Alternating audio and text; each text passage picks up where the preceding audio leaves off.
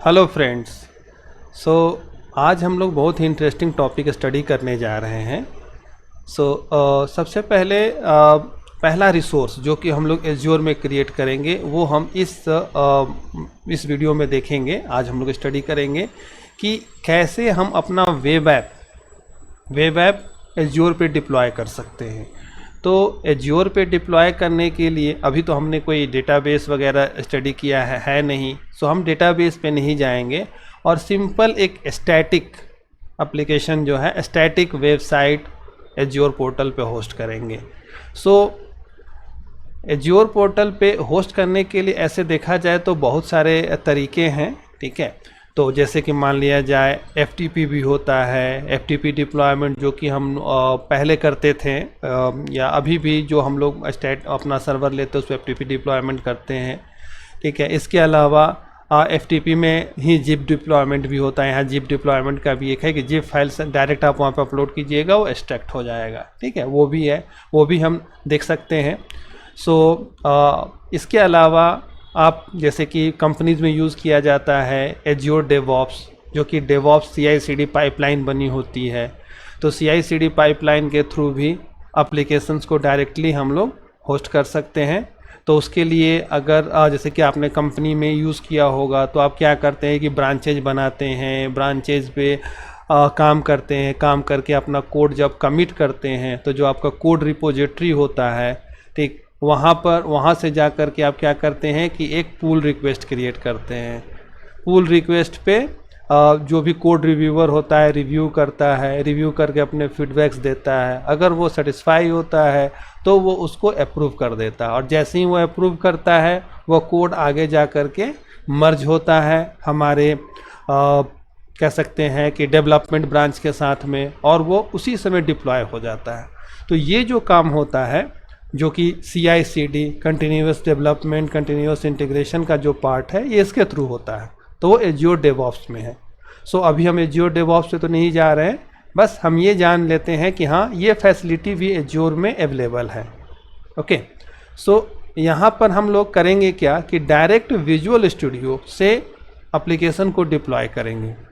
तो visual studio से application को डिप्लॉय करने के लिए बहुत ही सिंपल है, ऐसा कुछ हार्ड एंड फास्ट रूल नहीं है, ठीक है। तो एक तो है कि रिसोर्स बनानी पड़ती है, ठीक। तो अब जैसे कि ये हमारा आज का टॉपिक जो ये है web apps from VS, okay. इसको करने के लिए पहले तो हम पोर्टल पे देखें, एज्योर पोर्टल जो हमने लॉगिन क्रिएट किया था, और जैसा कि मैंने अपने वीडियो में बताया था कि आप लॉगिन कैसे क्रिएट कर सकते हैं। तो एक फ्री अकाउंट है, एक पे एज यू गो है। तो फ्री अकाउंट अभी आपने नहीं यूज़ किया होगा तो आपके पास फ्री अकाउंट अवेलेबल है, आप उससे कर सकते हैं, ठीक है। तो सबसे पहले हम पोर्टल पे चलते हैं। पोर्टल पे जाने के लिए हम क्या करते हैं कि सबसे पहले अपना ब्राउज़र ओपन करते हैं। ब्राउज़र में portal.azure.com हमने लिखा तो आपका जो भी ऑथेंटिकेशन है उस ऑथेंटिकेशन से आपकी ये खुल जाएगी एज्योर की जो भी डैशबोर्ड है। अभी आप यहाँ देख रहे हैं कि यहाँ पर जो है view all resources, no resources, कोई रिसोर्स नहीं दिख रहा है, ठीक है। तो और यहाँ पे क्रिएट ए रिसोर्स में आपको ऐप सर्विस दिख रहा होगा, ठीक है। ऐप सर्विस डायरेक्ट हम यहाँ से भी क्रिएट कर सकते हैं, ठीक है। तो आप अगर यहाँ से क्रिएट करने जाएंगे, इसको क्लिक करेंगे और उसके बाद आप यहाँ पे देखेंगे क्रिएट का ऑप्शन आ रहा है। यहाँ से देखिए वेब ऐप है, स्टैटिक वेब ऐप है, वेब ऐप प्लस डेटाबेस है, वर्डप्रेस ऑन ऐप सर्विसेज है। तो ये डिफरेंट है। तो आइदर हम वेब ऐप या स्टैटिक वेब ऐप दोनों में से किसी को लेकर के हम अपना अभी का काम कर सकते हैं, आज का क्लास कंप्लीट कर सकते हैं, ठीक है। तो जब आप वेब ऐप को चूज़ करते हैं तो ये देखिए कि एक आप कह सकते हैं कि एक डिप्लॉयमेंट विजार्ड के फॉर्म में आ जाता है डिफरेंट इंफॉर्मेशंस फिल करने के लिए, ठीक है। जैसे कि आपका सब्सक्रिप्शन, जैसे कि मेरा सब्सक्रिप्शन जो है पे एज यू गो का है, तो पे एज यू गो मैंने लिया है। फिर इसके बाद आप देखेंगे रिसोर्स ग्रुप। रिसोर्स ग्रुप क्या होता है ये अभी हम नेक्स्ट वीडियो में चल के देखेंगे कि रिसोर्स ग्रुप क्या होता है आगे के वीडियो में। सो बस अब इतना मैं बता दूं कि रिसोर्स ग्रुप जैसे कि होता क्या है कि हम डिफरेंट रिसोर्स जो क्रिएट करते हैं उसकी ग्रुपिंग करते हैं, तो उसको रिसोर्स ग्रुप करते हैं। ठीक है, तो अभी यहाँ पे हम नया रिसोर्स ग्रुप क्रिएट कर सकते हैं। इसके बाद वेब ऐप का क्या नाम होगा वो नाम आपको देना होगा, तो ये यूनिक होना चाहिए, क्योंकि जो नाम आप देंगे वो नाम ऑलरेडी एग्जिस्ट है तो ये नहीं, आपको यहीं पे मैसेज प्रॉम्प्ट कर देगा कि ये अवेलेबल नहीं है। जस्ट लाइक कि आप जब अपना डोमेन रजिस्टर करने जाते हैं वहाँ पे जैसे दिखाता है। इसके अलावा अब आप देख सकते हैं कि code container static web app का यहाँ भी ऑप्शन है। इसके अलावा आप देखिए तो रन टाइम का भी ऑप्शन है। ठीक है, कि आपका रन टाइम कौन सा है, डॉट नेट में है, 8 है, 6 है, ASP.NET है, कौन सा है, तो आपको यहाँ से चूज़ करना होगा रन टाइम अपना। इसके अलावा ऑपरेटिंग सिस्टम कौन सा है, तो ये लिनक्स बाय डिफ़ॉल्ट चूज़ किया। ठीक, इसके अलावा एक रीज़न होता है। ठीक है, रीज़न के बारे में भी आगे की वीडियो में स्टडी हम करेंगे कि रीज़न क्या होता है। ठीक है, फिलहाल अभी आप देख सकते हैं कि बहुत सारे रीज़न है। किस रीज़न में, किस रीज़न का मतलब जान जाइए आप कि कोई एरिया जहाँ पर कि आपको एप्लीकेशन को होस्ट करना है। ठीक है, बाय डिफ़ॉल्ट ईस्ट यूएस आ रहा है, हम ईस्ट यूएस ही छोड़ देते हैं। ठीक, इसके अलावा आप देखिए डिप्लॉयमेंट, नेटवर्किंग, मॉनिटर, ये सभी भरना होता है। तो एक काम हम करते हैं, ये फटाफट ये चीज़ें भरते हैं। ठीक है, जैसे कि यहाँ पे बिन ऐप, ठीक है, ऑलरेडी अवेलेबल है बिन ऐप, और ले लेते हैं जैसे कि मान लिया जाए जुलाई। ठीक है, तो ये अवेलेबल है। इसके बाद रन टाइम में हमने जैसे कि ले लिया .NET 6 ले लिया, कि यहाँ पे जब रन टाइम स्टैक आप चूज़ करते हैं उसके अकॉर्डिंग यहाँ पर जो है आपको ऑपरेटिंग सिस्टम चूज़ करने का ऑप्शन आता है। ठीक है, फिर इसके बाद अब यहाँ पर अभी देखिए तो हमने लिनक्स चूज़ कर लिया। इसके बाद में लिनक्स में जो भी रीज़न है वो रीज़न लोड होंगे, वो रीज़न आपको यहाँ पे चूज़ करना होगा। ठीक है,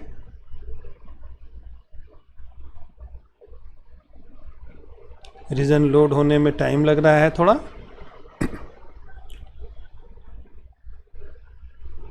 छोड़िए, विंडोज़ में ही देख लेते हैं। अच्छा, ये इसमें भी अब टाइम लगाएगा।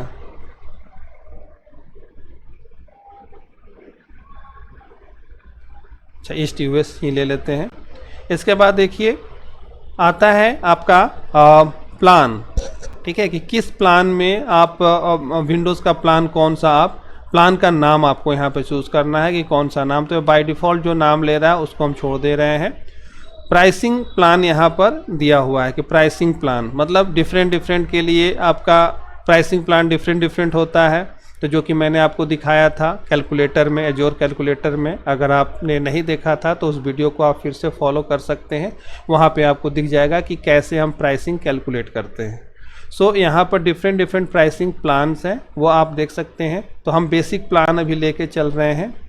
इसके अलावा और भी ये कुछ सेटिंग्स हैं जो कि थोड़ी एडवांस लेवल की सेटिंग्स हैं, जोन रिडंडेंसी। तो जब ये सभी रीज़न वगैरह पढ़ेंगे, जोन पढ़ेंगे, उस समय इन सभी चीज़ों को हम स्टडी करेंगे।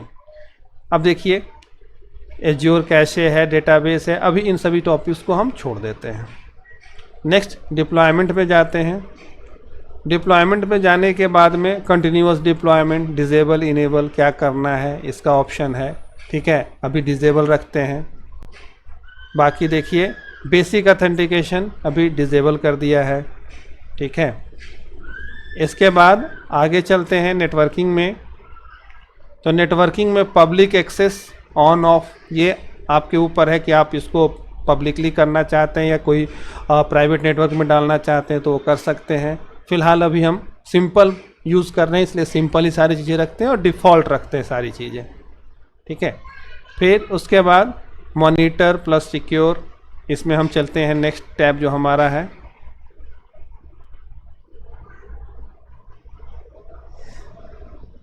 अब देखिए इसमें एक एप्लीकेशन इनसाइट होता है। ठीक है, उसके बारे में भी आगे पढ़ेंगे इसलिए इसको अभी हम छोड़ देते हैं।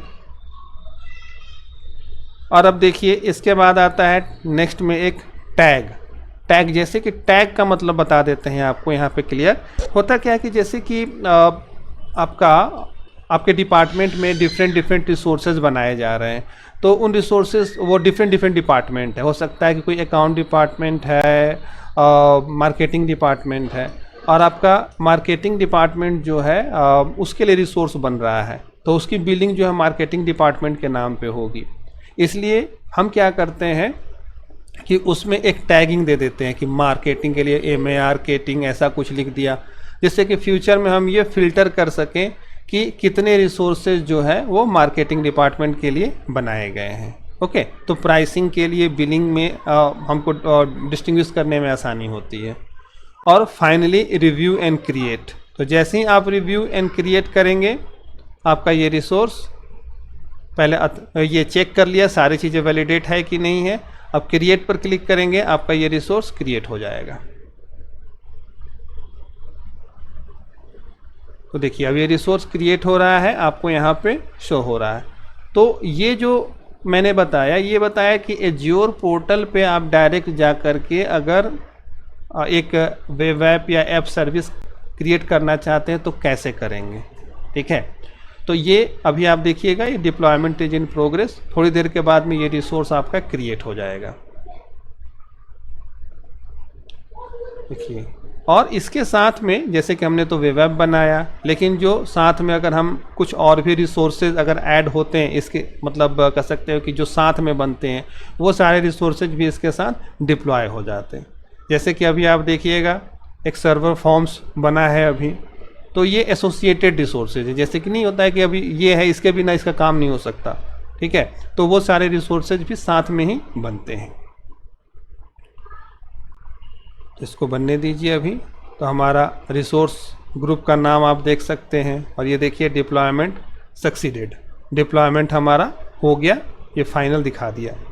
अब गो टू रिसोर्स पे जाते हैं, बिन ऐप जुलाई, ठीक है, ये हमारा रिसोर्स तैयार है, ठीक है।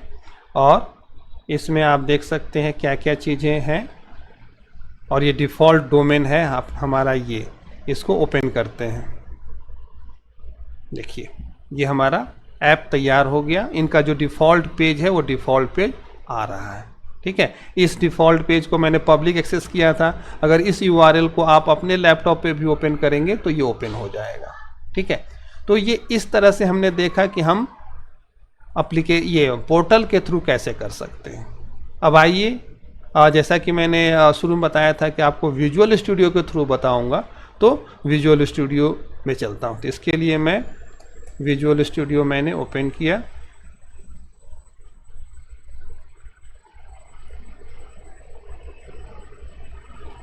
विजुअल स्टूडियो में और ही सिंपल है, क्योंकि ये बहुत सारे सेटिंग्स जो है ना विजुअल स्टूडियो बाय डिफ़ॉल्ट उठा लेता है, ठीक है। तो एक देखिए कि हम एक न्यू प्रोजेक्ट बना लेते हैं, ठीक है, क्रिएट अ न्यू प्रोजेक्ट, और एक सिंपल ASP.NET Core MVC का वेब एप्लीकेशन ले लेते हैं, ठीक है, यही वाला, नेक्स्ट, और इसका नाम रख दिया हमने बिन ऐप फर्स्ट, ओके, नेक्स्ट।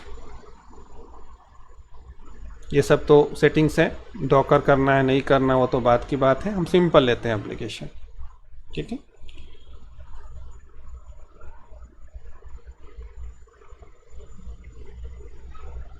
तो ये बेसिक टेम्पलेट है जो MVC की एप्लीकेशन होती है, इसको विजुअल स्टूडियो मैंने ओपन किया।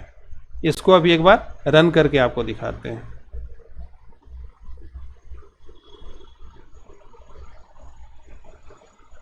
ये रन हो रहा है। इसको रन करके दिखाने का एक्चुअल मतलब ये है कि हम ये समझें कि ये इसका आउटपुट क्या है, तभी जा कर के वहाँ पे हम आउटपुट से इसको वैलिडेट कर सकते हैं। ये देखिए सिंपल है, welcome, learn about building web apps with ASP.NET Core, simple लिखा हुआ है। अब इसको बंद कर देते हैं और इसको सिंपली जा कर के पब्लिश करते हैं, पब्लिश बिन ऐप फर्स्ट। यहाँ पर पब्लिश में डिफरेंट ऑप्शंस आते हैं, तो हमने एज्योर का ऑप्शन चूज़ कर लिया। नेक्स्ट, इसके बाद कंटेनर ऐप वो हम आगे पढ़ेंगे, अभी सिंपल हम एज्योर ऐप सर्विस विंडोज़ का ले लेते हैं। नेक्स्ट, अब देखिए आपकी जो ईमेल आईडी होगी उस ईमेल आईडी पे जो भी अकाउंट आपका बना होगा वो अकाउंट जो है आपको यहाँ पे दिख जाएगा। ठीक, तो जैसे कि अभी आप देखिए हमारा अकाउंट जो है इससे सब्सक्रिप्शन जो पे एज यू गो है, और इसके बाद अभी जो जस्ट हमने जो रिसोर्स बनाया था रिसोर्स ग्रुप वो दिख रहा है। ठीक है, बिन ऐप जुलाई के नाम से। तो अगर इसी में ओवरराइट करना है तो हम इसी में ओवरराइट कर सकते हैं। ठीक, अगर इसमें ओवरराइट नहीं करना है और हमें नया बनाना है तो यहाँ पे क्रिएट न्यू कीजिए। क्रिएट न्यू करने के बाद यहाँ पर देखिए विन ऐप फर्स्ट या समथिंग कुछ नंबर ले लिया यूनिक बनाने के लिए। हम विन ऐप फर्स्ट जुलाई ले लेते हैं ताकि ये हो जाए। ठीक है, सब्सक्रिप्शन और रिसोर्स ग्रुप जो वहाँ बना रखा था हमने उसी रिसोर्स ग्रुप को ले लेते हैं, और होस्टिंग प्लान भी वही ले लेते हैं, नहीं तो यहाँ पे भी ये सजेस्ट करता बनाने के लिए, और सिंपली इसको क्रिएट करना है। ठीक है, तो ये जो एप्लीकेशन पब्लिश की प्रोफाइल होता है वो बनाने से पहले ये रिसोर्सेज को क्रिएट करेगा। अभी मैं आपको दिखाऊंगा कि यहाँ पे क्रिएट करने के साथ ही ये रिसोर्स भी आपका एज्योर पे अवेलेबल हो जाएगा बिन ऐप फर्स्ट जुलाई के नाम से। क्रिएटिंग ऐप सर्विस, ये प्रोग्रेस आपको यहाँ पे दिखता रहेगा, और किसी भी ऑथेंटिकेशन रिलेटेड या कुछ भी इशू होता है ये प्रॉम्प्ट करेगा कि ये यहाँ पे इशू आ रहा है।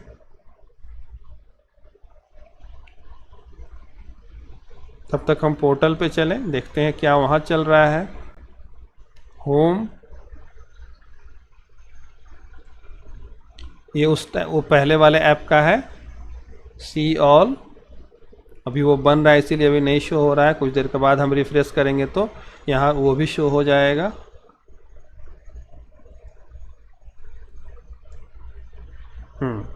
विन ऐप फर्स्ट जुलाई के नाम से ये बन जाना चाहिए। अब ये इस रिसोर्स ग्रुप के अंदर बना है। ठीक, बाकी इसमें एक डिप्लॉयमेंट स्लॉट्स आप देख रहे हैं ये है, ये मैं आगे बताऊंगा जब इसकी सेटिंग बताऊंगा तो। और इसको मैंने फिनिश किया तो ये प्रोफाइल तैयार हो गई। अभी डिप्लॉय नहीं हुआ है, ये पब्लिश प्रोफाइल तैयार हुई है। ठीक है, एक काम करें, एक बार चल के हम रिसोर्स देख लेते हैं। इस ग्रुप को क्लिक मैंने किया, अब देखिए विन ऐप फर्स्ट जुलाई के नाम से आपको जो है ये ऐप सर्विस इसके अंदर दिख रहा है। ठीक है, क्योंकि हमने इसी रिसोर्स ग्रुप को चूज़ किया था। अब जो है मैं इसको पब्लिश करता हूँ। सिंपली पब्लिश करने के लिए पब्लिश बटन है, पब्लिश कर देते हैं। अब ये पब्लिश में क्या करेगा कि कोड को पब्लिश करेगा, और कोड को पब्लिश करने के बाद में पब्लिश्ड फाइल को उस वेब ऐप में डायरेक्टली पुश कर देगा। हमें कुछ मैनुअल करने की ज़रूरत नहीं है। तो ये माइक्रोसॉफ्ट का दोनों अपना प्रोडक्ट है, इसीलिए उसने दोनों के बीच में अच्छा इंटीग्रेशन बनाया है। तो सिंपल और मतलब सिंपल तरीके से हम इजी वे में अगर एप्लीकेशन होस्ट करना चाहते हैं तो विजुअल, अगर आपके पास CI/CD पाइपलाइन नहीं है तो आप विजुअल स्टूडियो से डायरेक्ट इसको पुश कर सकते हैं। और इसके अलावा ये तो हम एक नॉर्मल वेब ऐप कर रहे हैं। ठीक है, इसमें हमने कोई ऑथेंटिकेशन वगैरह कुछ नहीं लगाया। जब वो सब लगाते हैं उसके बाद में उसकी भी सेटिंग करने का ऑप्शंस यहाँ पे अवेलेबल होता है। ठीक है, वो हम आगे देखेंगे। इसके अलावा जो डिफरेंट तरीके से होस्टिंग का टेक्निक होता है वो सब भी आपको मैं बताऊंगा। उसके लिए आप हमारा लाइव क्लास ज्वाइन कर सकते हैं, उसमें और जाकर और डीप लेवल पे हम कॉर्पोरेट लेवल पे आपको चीज़ों को बताएंगे, जिससे कि आप इन सभी चीज़ों पे अच्छा नॉलेज गेट कर सकते हैं। मैं कोशिश कर रहा हूँ कि छोटी छोटी चीज़ें का वीडियो बनाकर डालूँ ताकि आप उन सभी चीज़ों पे अपना कॉन्सेप्ट क्लियर कर सकें। और इसके अलावा आप ऑनलाइन क्लास ज्वाइन कर सकते हैं जिसमें कि आपको बहुत और ज़्यादा मैं आपको असिस्ट करूँगा, और 1-to-1 आपके जो भी प्रॉब्लम्स होते हैं उसको मैं सॉल्व करूँगा। अभी देखिए, अभी यहाँ पर ये प्रोसेस चल ही रहा है। हाँ, ये डिप्लॉय हो गया। डिप्लॉय होने के बाद में इसने वेब ऐप का यूआरएल ओपन कर दिया, और ये वेब ऐप का URL actually first time open हो रहा है। जैसे कि आप देख सकते हैं क्या यूआरएल बना है, winapp1stjuly.azurewebsites.net। तो इस डोमेन के अंदर इसने इस नाम से बनाया। तो ये थोड़ा टाइम लेता है, थोड़े टाइम में फिर आपको वही पेज दिख जाएगा। देखिए वेलकम हो गया, काम खत्म हमारा। ठीक है, अब उसमें भी हम जाएंगे अगर पोर्टल में और विन ऐप 1 जुलाई को ओपन करेंगे, और यहाँ पर ये जो है इसको ओपन करेंगे, हमारा खुल गया, हमारा स्टैटिक वेबसाइट होस्ट हो गया। ठीक है, तो आपने देखा कितना इजी है ये करना। ओके, सो आप इजी वे में ये काम कर सकते हैं, बशर्ते कि आप सब नेमिंग कन्वेंशंस वगैरह पे भी ध्यान दें, इतना ही। ओके, एक बात और इसमें मैं बताता हूँ, ठीक, कि आप इस जो भी ऐप बनाते हैं उस ऐप के ऊपर ये देखिए स्टॉप, रीस्टार्ट, डिलीट, इन सभी के ऑप्शंस अवेलेबल है। सो आप जो भी वेबसाइट आपने बनाया, जो भी हिट हो रहा है उसकी वो बिलिंग हो रही है। ठीक है, इसलिए सबसे अच्छा तरीका क्या है कि आप अपने रिसोर्सेज को जो भी टेस्ट कर लिए, बना लिए, उसके बाद उसको डिलीट कर दीजिए। ठीक है सॉरी, तो डिलीट कर दीजिए, और अगर उसको आपको रखना है तो उसको स्टॉप करके रखिए। इससे क्या होगा कि रिसोर्स जो आपने रखा है केवल उतना ही चार्ज आपका लगेगा। ठीक है, इसलिए इन रिसोर्सेज को मैं डिलीट कर दूंगा। तो डिलीट करने के लिए सिंपल, पहले मैं अगर पूरे रिसोर्स ग्रुप को डिलीट कर सकता हूं तो मैं होम में जाऊंगा, और यहाँ पर जैसे कि अब ये मान लिया जाए ये ग्रुप है, ये ग्रुप ओपन किया मैंने और डिलीट रिसोर्स ग्रुप पे क्लिक कर दिया। ठीक है, जब डिलीट करेंगे तो यहाँ पे आ जाएगा enter resource name to delete. अब बारी बारी से एक एक नाम मुझे देना पड़ेगा, इससे बेटर है कैंसिल करते हैं, इन तीनों को सेलेक्ट करते हैं और उसके बाद में डिलीट पे क्लिक करते हैं और देखते हैं डिलीट होता है कि नहीं। अच्छा, रिसोर्स ग्रुप का नाम डालना पड़ेगा, तो रिसोर्स ग्रुप का नाम हमारा क्या है, ये है, ये नाम डलवाता है और डिलीट डिलीट।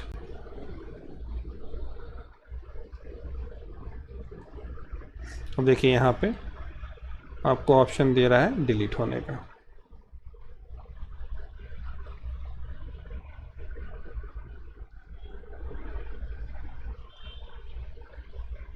जब ये डिलीट हो जाएगा तो आपको कंफर्मेशन आ जाएगा कि हाँ रिसोर्स सक्सेसफुली डिलीट हो गया है।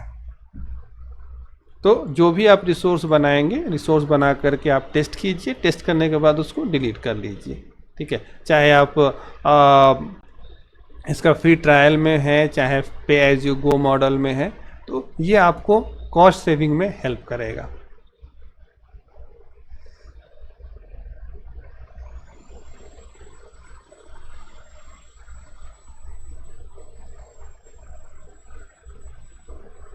ये प्रोसेस चल रहा है अभी डिलीट होने का। तो कहीं कहीं पे क्या करता है, कहता है कि आप रिसोर्स ग्रुप का रिसोर्स का नाम लिखिए, कहीं कहीं पे कहता है क्या है कि आप डिलीट लिख दीजिए। ठीक है, तो अलग अलग टाइम पे वो अलग अलग प्रॉम्प्ट आता है, तो प्रॉम्प्ट पढ़ना पड़ेगा कि प्रॉम्प्ट में वो क्या टाइप करने को बोल रहा है। तो वो जो टाइप करने को बोल रहा है वो आप टाइप करेंगे, उसके बाद में वो रिसोर्स डिलीट हो जाएगा। ठीक है, तो अच्छा, एक रिसोर्स डिलीट करना और एक रिसोर्स को स्टॉप करना, दोनों में क्या डिफरेंस है? तो रिसोर्स को स्टॉप करने का मतलब कि आपने रिसोर्स का जो एग्जीक्यूशन है उसको रोक दिया है, ठीक, लेकिन उसने जो जगह लिया है वो तो लिया है, तो उसका चार्ज लगेगा। अगर आप डिलीट करते हैं तो ना तो जगह का चार्ज लगेगा और ना ही उसके एग्जीक्यूशन का चार्ज लगेगा। ठीक है, तो ये डिफरेंस है। ओके,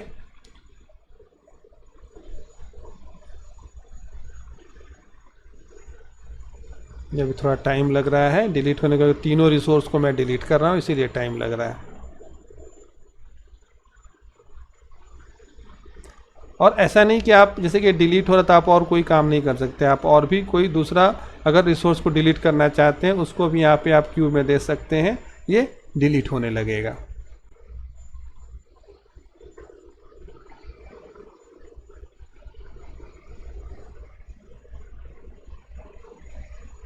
इसको डिलीट होने दीजिए, तब तक चलते हैं हम लोग होम पे।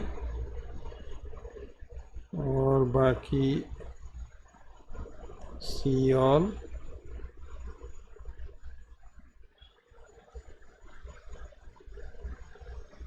यहाँ भी ऑप्शन है।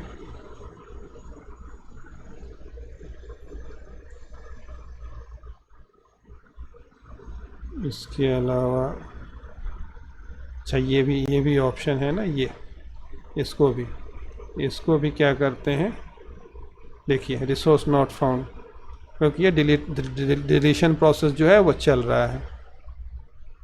ठीक है, रिसोर्स नॉट फाउंड आने लगा, ठीक, क्योंकि इसने इन रिसोर्सेज को डिलीट कर दिया होगा। ठीक है, रिसोर्स डिलीटेड।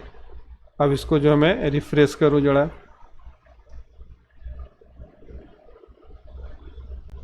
मैसेज आ गया रिसोर्स डिलीट हो गया। अब देखिए फिर अब कोई रिसोर्स नहीं है हमारे पास, सारा रिसोर्स मैंने डिलीट कर दिया। तो आप इस तरह से आज के क्लास में हमने ये देखा कि हम लोग कैसे web app service azure portal पे बना सकते हैं, और कैसे हम कोई ऐप जो है वो विजुअल स्टूडियो से होस्ट कर सकते हैं एज्योर ऐप सर्विस में। ओके, आज के लिए इतना ही, मिलते हैं नेक्स्ट अगले टॉपिक्स के साथ में नेक्स्ट वीडियो में। तब तक के लिए थैंक यू।